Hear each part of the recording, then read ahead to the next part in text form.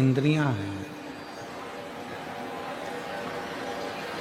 हमारी जो इंद्रियां हैं वो इंद्रियां किसी न किसी रूप में भटकती हैं। नेत्र हैं तो वो भी भटकते हैं, श्रवण है वो भी भटकते हैं, जिह्वा है तो वो भी भटक जाती है। और कभी कभी ऐसा होता है कि जो मन इन सब को काबू में करता है वो मन भी दिन रात कहीं ना कहीं भटक जाता है।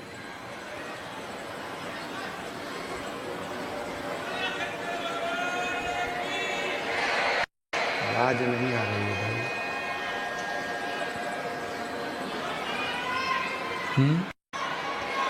आवाज नहीं आ रही है तो ये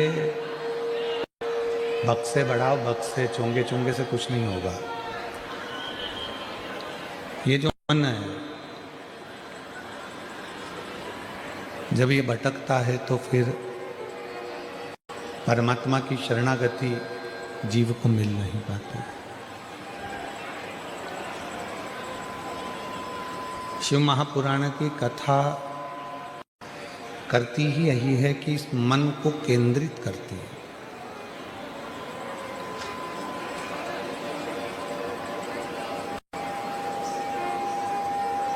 मन को खींचना कैसे है, मन को खींचकर परमात्मा तक लेकर कैसे जाना है।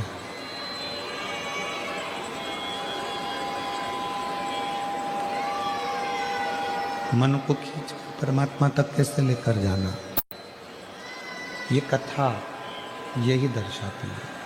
शंभू शंभू। ग्राउंड की आवाज खोली है ना भाई, उधर आवाज इधर भी नहीं आ रही है, बाजू में भी।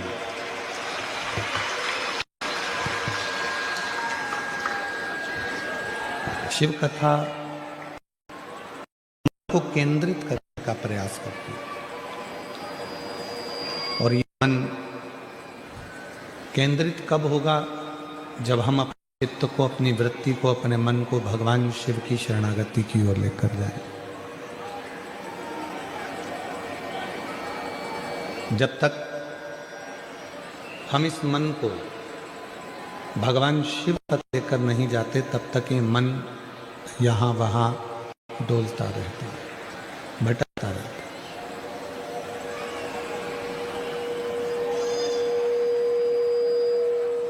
भगवान शंकर का जो पंचाक्षर मंत्र है नमः शिवाय, भगवान शंकर का जो षडाक्षर मंत्र है ओम नमः शिवाय, या भगवान शंकर का जो मंत्र है श्री शिवाय नमस्ते, ये जितने भी शिव के जो मंत्र हैं, भगवान शंकर के जितने भी मंत्र हैं, ये ध्यान को केंद्रित करने के लिए।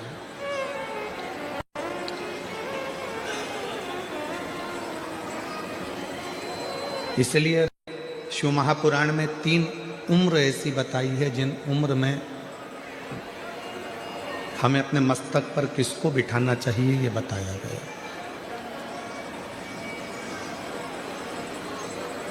महापुराण में 3 उम्र ऐसी बता दी गई है जिन उम्र में हमको अपने मस्तक पर किसको बिठाना है, किसको अपने मस्तक पर धारण करना है, ये बताया गया। पहले नंबर पर है 15 वर्ष की जब आयु रहती है तो 15 वर्ष की आयु में अपने पिता को अपने मस्तक पर अर्थात अपने भेजे में, अपने दिमाग में, 15 वर्ष की आयु में जब पिता 15 वर्ष की आयु में जब पिता हमारी बुद्धि में होंगे, हमारे मस्तक पर होंगे, हमारी दिमाग में होंगे, तो हम कहीं गलत जगह पर नहीं जा पाएंगे। एक 15 वर्ष की आयु ऐसी आयु होती है जिसमें बच्चे भटक जाते हैं, बेटा बेटियां मार्ग से भटकने का प्रयास करते हैं। और जिस बेटा बेटी के दिमाग में, बुद्धि में, मस्तक पर पिताजी बैठे होते हैं, अर्थात उसको ये मालूम होता है कि मेरे पिताजी का मान है, सम्मान है, इज्जत है। अगर गलत जगह पर जाऊंगा तो मेरे पिता का मान घट जाएगा। मैं गलत चीज खाऊंगा तो लोग मेरे पिताजी को क्या कहेंगे। मैं गलत जगह पर खड़ा रहूंगा तो लोग मेरे पिताजी को क्या कहेंगे। 15 वर्ष की आयु में पिता को अपने मस्तक पर बिठा लो, अर्थात अपनी बुद्धि में बिठा लो कि मुझे मेरे पिता की मर्यादा का ध्यान रखना है और अपने पथ को भ्रष्ट नहीं होने देना है, मार्ग को विभाजित करना है।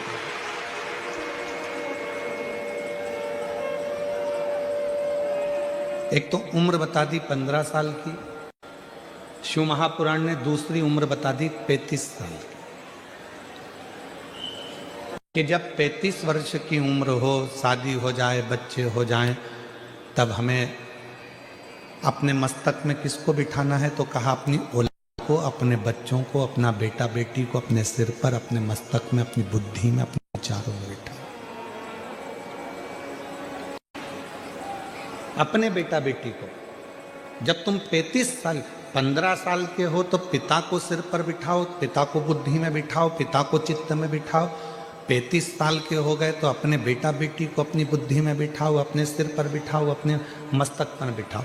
अपने दिमाग में अपने बेटा बेटी को बिठा लो कि अब मैं 35 साल का हो गया हूँ, मेरे घर में एक बेटे ने, मेरे घर में बेटी ने जन्म ले लिया है।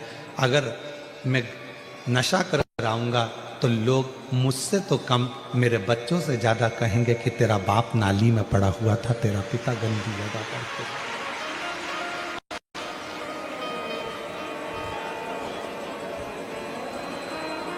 अपने बेटा बेटी को अपनी बुद्धि में बिठाओ कि लोग मुझे कम कहेंगे, मेरे बेटा बेटी को ज़्यादा कहेंगे कि तेरा पिता पागल है, रोड के किनारे पड़ा रहता है, नशा करता है, गलत काम करता है, तेरा बाप ऐसा है, तेरा पिता ऐसा है। तो 15 वर्ष की उम्र में पिता को अपनी बुद्धि में बिठा लो, 35 वर्ष की उम्र में अपने बच्चों को अपनी बुद्धि में बिठा लो, और जब तुम्हारी उम्र फिर 55 वर्ष की हो, 65 वर्ष की हो, 75 वर्ष की हो, तो अपने गुरु को अपनी बुद्धि में बिठा लो कि अगर मैं इस अवस्था में गलत कार्य करूंगा तो मेरे गुरु को कैसे मुख दिखाऊं।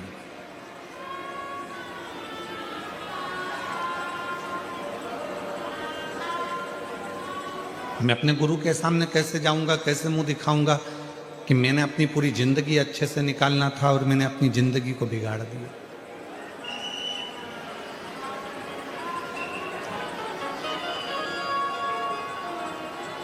और मत बुरे कर्म कर बंदे वरना पछताएगा, भगवान की आंखों से तू बच नहीं पाएगा, तू बच नहीं पाएगा। अरे ओ अज्ञानी मत करना दानी, अरे ओ अज्ञानी मत करना दानी। तेरे कर्म का फल भी तू ही पाएगा, जैसा किया तूने तेरे आगे आएगा। मत बुरे कर्म कर बंदे वरना पछताएगा, भगवान की आंखों से तू बच नहीं पाएगा, तू बच नहीं पाएगा। अपनी जिंदगी में, अपने जीवन में आप कितना श्रेष्ठ कर्म कर रहे हैं, तो शिव पुराण कह रही है कि 15 वर्ष की आयु में पिता को दिमाग में बिठा कर रखना, 35 वर्ष की आयु में अपने बच्चों को दिमाग में बिठा कर रखना, और 55, 65, 75 की आयु में आप अपने गुरु को अपने दिमाग में बिठा कर रखना, तो कभी गलत मार्ग पर नहीं जाओगे, कभी गलत मार्ग पर नहीं पहुंचोगे। जिसके बचपन में पिता उसकी बुद्धि में बैठा रहता है तो बेटा हो चाहे बेटी हो वो कभी गलत मार्ग पर नहीं जाता। बेटी को भान रहता है मेरे पापा क्या कहेंगे, उनकी पूरी इज्जत है संसार में, मेरे मोहल्ले में, मेरी कॉलोनी में, मेरी सोसाइटी में, मेरे पूरे, उनका कितना मान है, उनका कितना सम्मान है, उनकी कितनी इज्जत है। अगर मैं गलत काम करूंगी या मैं गलत काम करूंगा तो उनका क्या मान रहेगा, उनकी क्या इज्जत रहेगी, उनका क्या भाव रहेगा।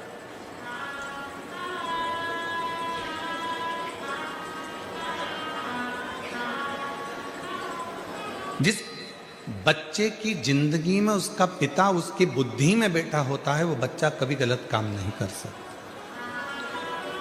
वो कभी गलत काम नहीं कर। और बुद्धि से पिता निकल गया तो वो बच्चा गलत काम कर।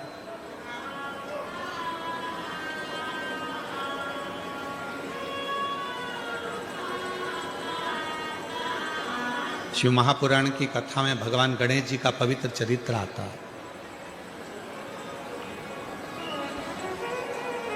अपने बुद्धि में, अपने विवेक में भगवान श्री शिव जी को बिठा कर रखा।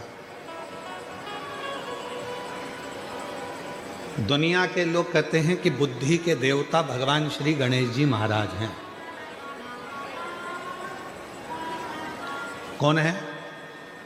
जम के बोलो, बुद्धि के देवता कौन है? गणेश जी महाराज। पर कोई तुमसे पूछे कि बुद्धि के देवता को बुद्धि का देवता बनाने वाला कौन है, तो आपको उत्तर देना पड़ेगा कि उनको बुद्धि का देवता बनाने वाला केवल एक है। नहीं तो माता पार्वती जी ने तो अपने तन का उपटन निकाला था, और पार्वती जी ने अपने तन का उपटन निकालकर उसका एक पुतला तैयार करा था। अब उस पुतले में प्राण दे दिया गया था।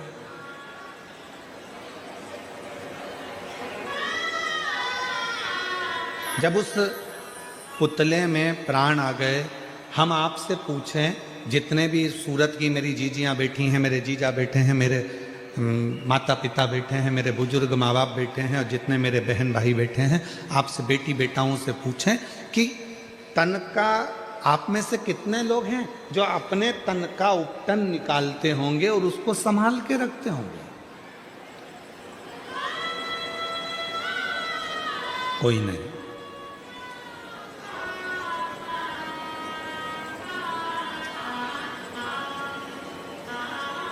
नैन कटर से नैन काट लिए और नैन को फेंक दिया, वो नैन तुमने संभाल के रखे क्या?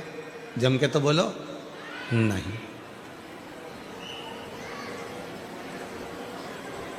कटिंग करवाई, कटे हुए बाल फेंक दिए, उसको संभाल के रखा क्या? नहीं। तन में से मेल निकाला, उस मेल को निकाल कर फेंक दिया, उस मेल को संभाल कर रखा क्या? नहीं, कोई नहीं रखता।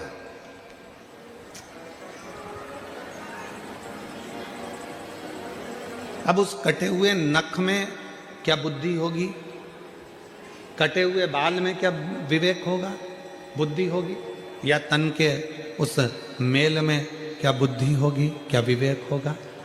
पार्वती मैया ने अपने तन के उपटन से भगवान श्री विनायक को प्रकट किया, भगवान श्री गणेश जी महाराज को प्रकट किया, और प्रकट कर कर दरवाजे पर ले जाकर बिठा दिया कि अंदर किसी को मत आने देना। परंतु भगवान शंकर उस दरवाजे पर आ गए, और भगवान शंकर ने भगवान विनायक की उसी दरवाजे पर 3 परीक्षा ली।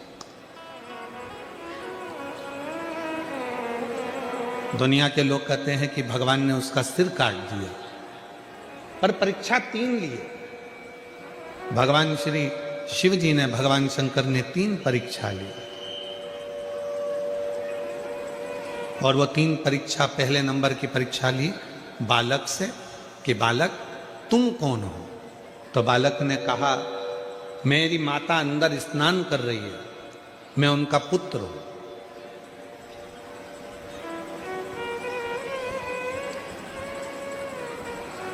बालक,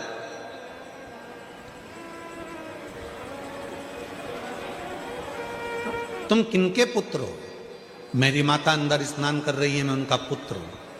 शंकर भगवान समझ गए कि पार्वती मैया ने भले इस बालक को प्रकट करा, पर इसमें बुद्धि नहीं है, इसमें विवेक नहीं है, ये अपनी माता का नाम भी नहीं बता पा रहे। मेरी जीजियों, मेरे जितने जीजा बेटे हैं, जीजियां बेटी हैं, बेटियां बेटी हैं, बेटा बेटे हैं, उनसे निवेदन करूंगा, तुम्हारे घर के बच्चों को तुम्हारे घर में जब उसकी परवरिश करो, दुनिया का कोई काम आए कि ना आए, सबसे पहले उसको अपने माँ बाप का नाम जरूर आना चाहिए कि मेरे पिता का नाम ये है, मेरी माँ का नाम ये है। मैं किस मोहल्ले का रहने वाला हूं, किस कॉलोनी में रहने वाला हूं, किस सोसाइटी में रहने वाला हूं। अगर बच्चा खोता है तो कम से कम मालूम तो पड़ जाए कि यहां का है।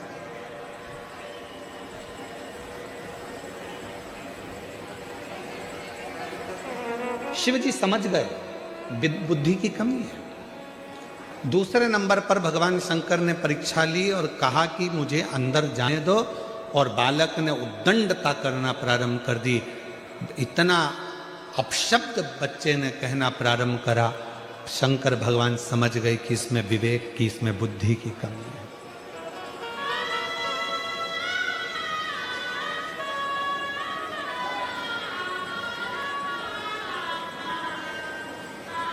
मेहमान आए और बच्चों ने झुककर प्रणाम किया तो समझ लेना कि वो बच्चा पहचान में आ जाता है कि इसके घर के संस्कार अच्छे हैं, इसके माँ बाप अच्छे हैं, इसके दादा दादी अच्छे हैं। कोई आया तो इन्होंने प्रणाम किया। संस्कार। और कई घरों में माँ बाप बच्चे का हाथ पकड़ते हैं, बड़े हो गए बच्चे तो भी हाथ पकड़ के झुक जा, गुरुजी हैं, प्रणाम कर ले, नमन कर ले, धोख लगा ले, लगाते हैं।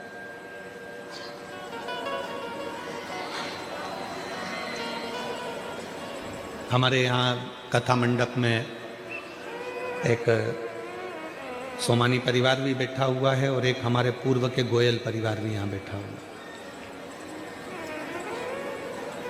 हम सोमानी जी के यहाँ पर बैठे हुए हैं। कहीं कहाँ बैठे हुए? अच्छा, स्थान चेंज हो गया है तुम्हारा? तो हम इनके घर गए और इधर गोयल जी भी कहीं बैठे होंगे। यार उतना उद्दंडता हो बच्चों में, मना नहीं। बच्चे बोलने के तेज हो, मना नहीं। बच्चे खेलने के तेज हो, मना नहीं। पर बच्चे जिस समय पर बड़ों को बड़ा ना समझे, आदर ना करे, सम्मान ना करे, तो फिर वो बच्चे की श्रेष्ठता नहीं होती। फिर वो श्रेष्ठता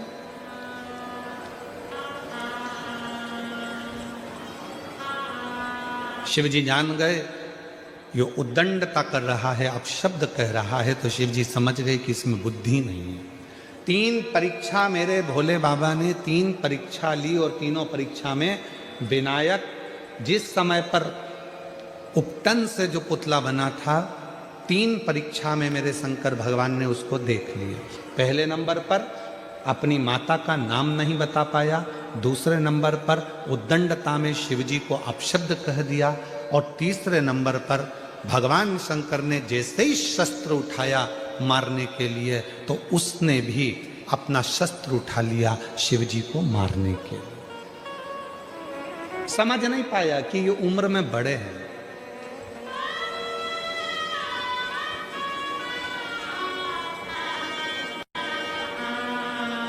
एक बात बताओ, कोई बुजुर्ग व्यक्ति एक छोटे व्यक्ति को थप्पड़ मारेगा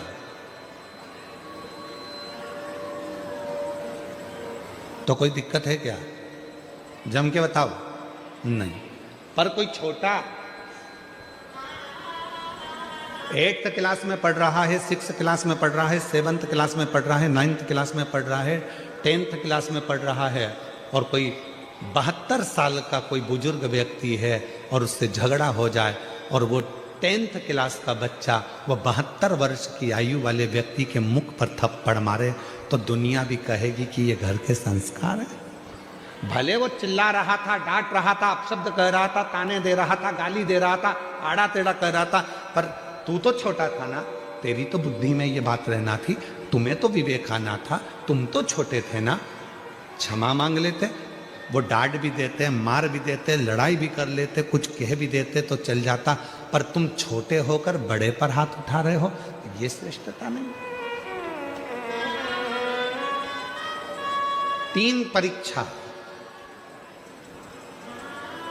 3 परीक्षा।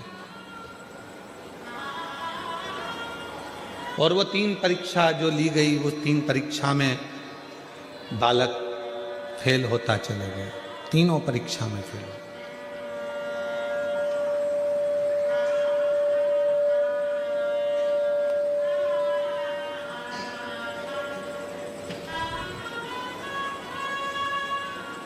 वो 3 परीक्षा में बालक फेल होता चला गया, और जब 3 परीक्षा में बालक फेल हो गया, तब शिव जी को लगा कि इसको बुद्धि देना मेरा काम है, अब इसको बुद्धि प्रदान करना मेरा काम है।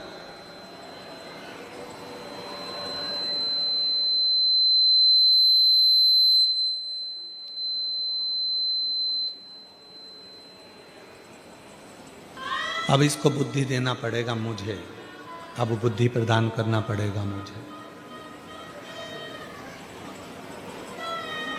दुनिया के लोग कहते हैं भगवान श्री गणेश जी महाराज बुद्धि के देवता हैं।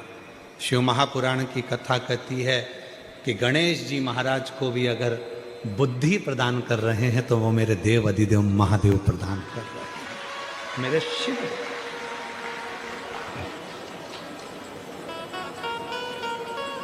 मेरी जीजियों, मेरे जीजाओं, मेरी बेटियों, बेटाओं, मेरी बुजुर्ग माँ बाप, याद रखना, शंकर जी के मंदिर में अगर तुम्हारा बच्चा बाल्य अवस्था से 1 लोटा जल लेकर शंकर जी के मंदिर में जल चढ़ाने जा रहा है, तुम्हारे बच्चे में अगर विवेक भी नहीं है, बुद्धि भी नहीं है, तो एक ना एक दिन जल चढ़ाते चढ़ाते मेरे शंकर भगवान उसको इतना विवेकी, इतना बुद्धि वाला बना देंगे कि वो दुनिया में आगे बढ़ता चलेगा। इतना विवेकी, इतना बुद्धि वाला बना देंगे कि वो आगे बढ़ बुद्धि। अब आपको क्या सिखाना है अपने घर के बच्चों को कि तुम जाओ शंकर जी के मंदिर में 1 लोटा जल चढ़ाओ, शिव जी के मंदिर में जाओ 1 लोटा जल चढ़ाओ। क्यों? क्योंकि हमारे बच्चे को विवेकवान अगर बनाना है तो शिव की शरणागति बहुत जरूरी है। कितना सुंदर कहा, एक बार माता सरस्वती भी अपने स्वरों को भूल गई थी।